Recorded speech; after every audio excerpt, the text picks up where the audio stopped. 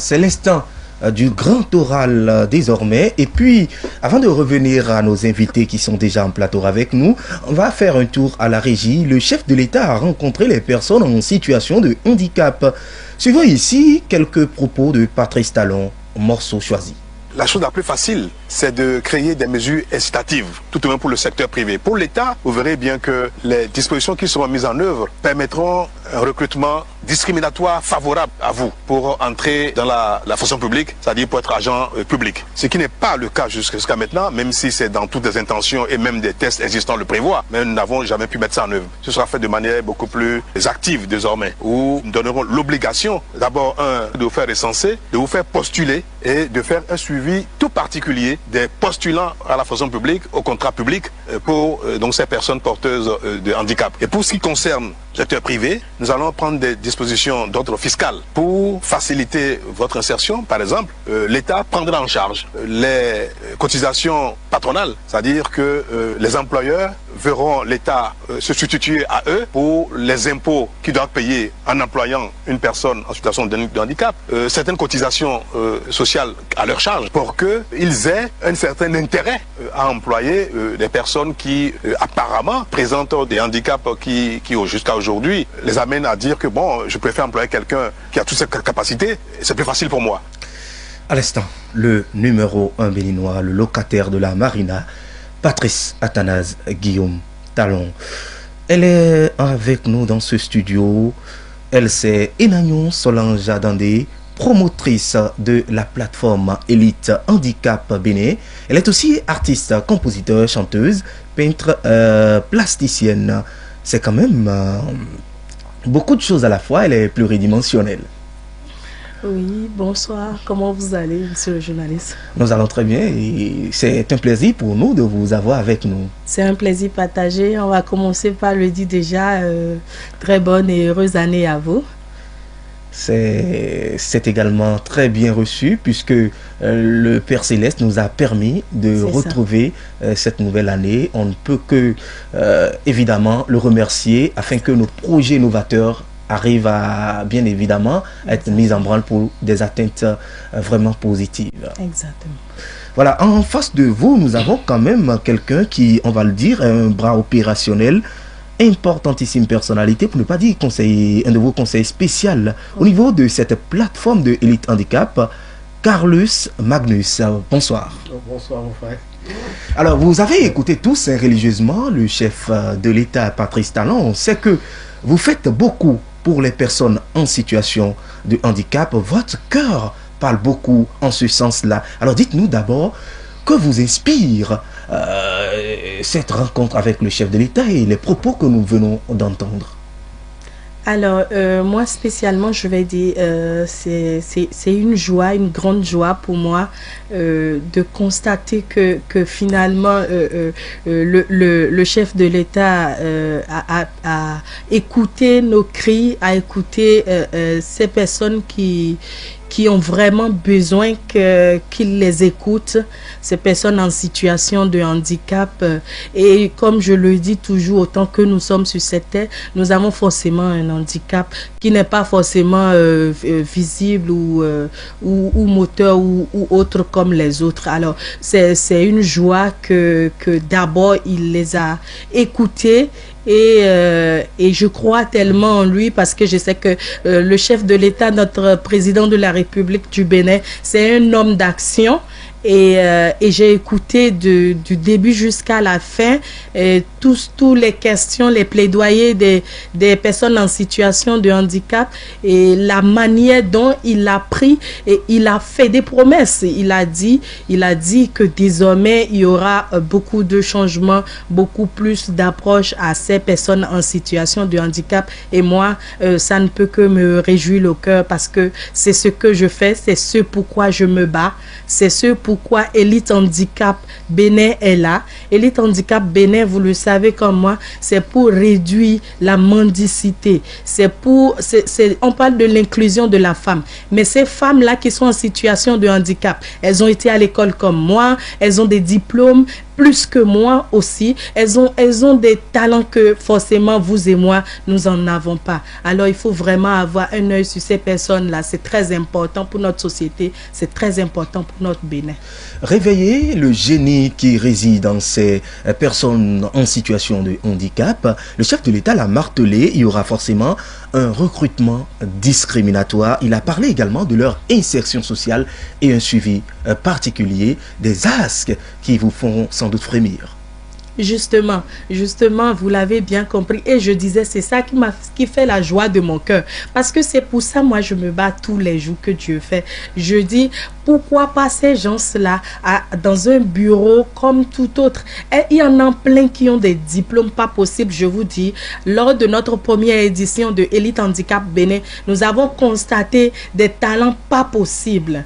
Que ce soit dans la du niveau de la culture, de l'art, ils ont des talents pas possibles. Donc, leur permettre de démontrer qu'est-ce qu'ils savent faire, qu'est-ce qu'ils peuvent faire, c'est vraiment apporter plus que de la joie, je vais dire, à ces personnes-là. Et c'est très important pour nous. En tout cas, ce qui est sûr dans le concert des Nations Unies, notamment au niveau de l'Organisation des Nations Unies, ces personnes vulnérables occupent une place de choix dans tout ce qui est mis en branle comme projet. Alors vous, en tant qu'artiste, compositeur, peintre, plasticienne, chanteuse, et j'en passe, alors qu'on sait comment vivent les artistes sous nos cieux, d'où puisez-vous cette ingénieuse idée, pour ne pas dire cette générosité, pour pouvoir accompagner ces personnes en situation de handicap sans pouvoir rien attendre en retour? Alors, il faut dire d'abord, c'est l'amour du prochain. Cela ne veut pas dire que vous n'avez pas de l'amour du prochain, mais vous savez, pour avoir pensé à faire quelque chose et arriver à le faire, il faut vraiment avoir l'amour, et particulièrement. Moi, je vais vous dire en bref, je suis enfant unique, j'aurais pu avoir une soeur en situation de handicap ou un frère en situation de handicap, et aujourd'hui, si on veut parler des enfants de ma mère, on va dire ses enfants. On ne dira pas sa fille. On dira ses enfants. Alors, autant que nous sommes, que la personne soit en situation de handicap ne veut pas dire que ce n'est pas un être humain comme les autres. Il faut les amener même, c'est vrai, on sait qu'elles ne peuvent pas monter l'escalier comme nous, elles ne peuvent pas parler comme on parle, mais quand même, il faut leur donner une place importante. Donc, simplement pour dire que ce sont des personnes comme nous, c'est l'amour qui m'a poussé vers, et j'ai constaté que malheureusement ces personnes sont marginalisées d'une manière, ils sont pas, je dis elles surtout parce que moi, Élite Handicap Bénin, c'est pour les femmes en situation de handicap, donc que ça ne vous étonne pas que à chaque fois je dis elles, mais il faut dire ils, parce que toute personne en situation de handicap sont comme vous et moi, autant que nous sommes. Je vous dis, monsieur le journaliste, là où vous êtes, soit votre handicap, c'est d'être en retard, soit votre handicap, c'est de mentir, soit votre handicap, c'est quelque chose. Pas forcément moteur, pas forcément visuel, pas forcément. L'essentiel, voilà, c'est d'être quand même un handicapable. Voilà. Et autant que nous sommes, nous en avons. Je lis un peu de l'émotion dans vos propos. On va permettre quand même à Carlos Magnus de placer un mot.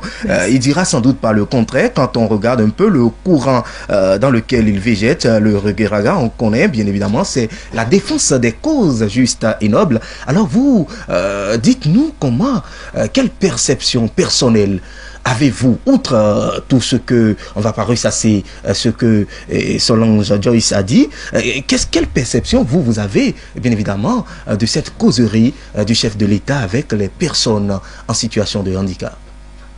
Merci, monsieur le journaliste. Vous savez, quand Solange avait émis cette idée, elle a démarré, des courriers ont été déposés. Les retours n'ont pas été du tout reluisants, pour la plupart. Et pour ceux qui se sont timidement manifestés, on ne peut pas révéler des choses. Donc, je crois que le chef de l'État, c'est possible qu'il ait eu vent de tout ce qui se passe par rapport aux personnes en situation de handicap. Des courriers ont été déposés au ministère du Social et voilà, ainsi de suite. Et je crois que s'il y a une demande à faire aujourd'hui, et j'extrapole à votre question, nous demanderions au chef de l'État de bien vouloir mettre en place un fonds pour soutenir ceux qui ont des idées pour promouvoir. Ne devancez pas l'acte, Voilà. puisque le chef de l'État, c'est quelqu'un qui joint souvent l'acte à la parole. Oui. Il a dit, il a été clair dans Oui. les échelles, quand vous le suivez très bien, il a dit qu'il va mettre sur pied une commission afin de pouvoir recenser ces organisations non gouvernementales, ces plateformes comme Elite Handicap, qui ne sera pas forcément du reste, quand on regarde un peu dans la genèse de cette association, qui indubitablement va sans doute se muer en organisation non gouvernementale. C'est très important pour la suite et pour la mise en branle d'un projet innovateur. Oui, j'ai voulu insister un peu, excusez-moi, parce que aujourd'hui, parmi les 3 élites qui ont été élues, il y a une d'entre elles qui est en train de percer, la première adjointe à l'élite handicap Bénin. Immédiatement après son titre, elle a été nommée secrétaire générale adjointe de la mairie des jeunes de Zobodomé. Okay. Aujourd'hui, elle est observatrice des élections prévues pour le dimanche prochain. Voilà des choses comme ça qu'on a ventilé, tout ça, mais j'insiste pour qu'on prenne en compte Elite Handicap Bénin comme un événement très important aussi. Ce qui est sûr, ce qui est bon, on n'a pas besoin de vanter forcément son nom à plusieurs reprises. Il faut vendre le chef de l'État, Patrice Talon, c'est un monsieur qui sait faire preuve de discernement, qui étudie beaucoup et qui ne s'arrête pas forcément sur ce qu'on lui présente, sans quoi il va sans doute passer souvent à côté et manquer le coach. Alors, Enayon Solange Adandé, vous, qu'est-ce qui vous a véritablement donné cette vision, pour ne pas dire cette ouverture, afin de mettre sur pied ce creuset? Et depuis combien d'années ça existe déjà, Elite Handicap? Bon, il faut dire qu'en général, je suis dans le social, ça fait exactement 9 ans. 9 ans que je fais des petites fêtes avec les personnes en situation de handicap, les vieillards, les enfants en situation difficile, orphelins et autres.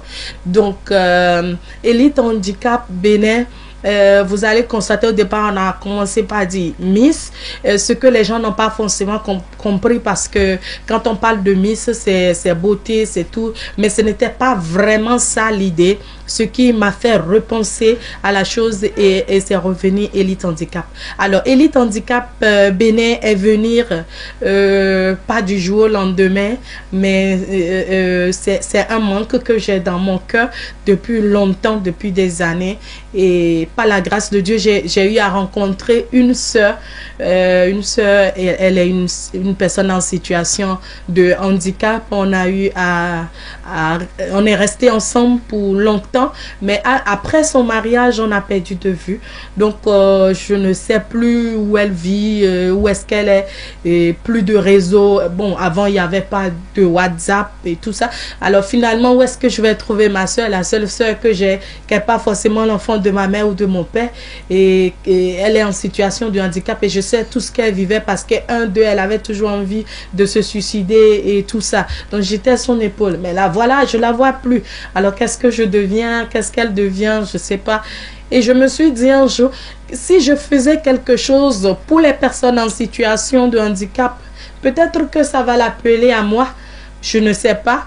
Et au message, je dis, bon, même si ça ne l'appelle pas forcément à moi, je vais me créer d'autres sœurs, d'autres amis, d'autres petites soeurs, d'autres grandes soeurs, pourquoi pas. Donc, il faut dire que c'est un manque qui m'a poussé à cela, ajouté à mon amour du prochain, comme je l'ai dit, et comme je suis toujours dans le social, c'est aller beaucoup plus facilement.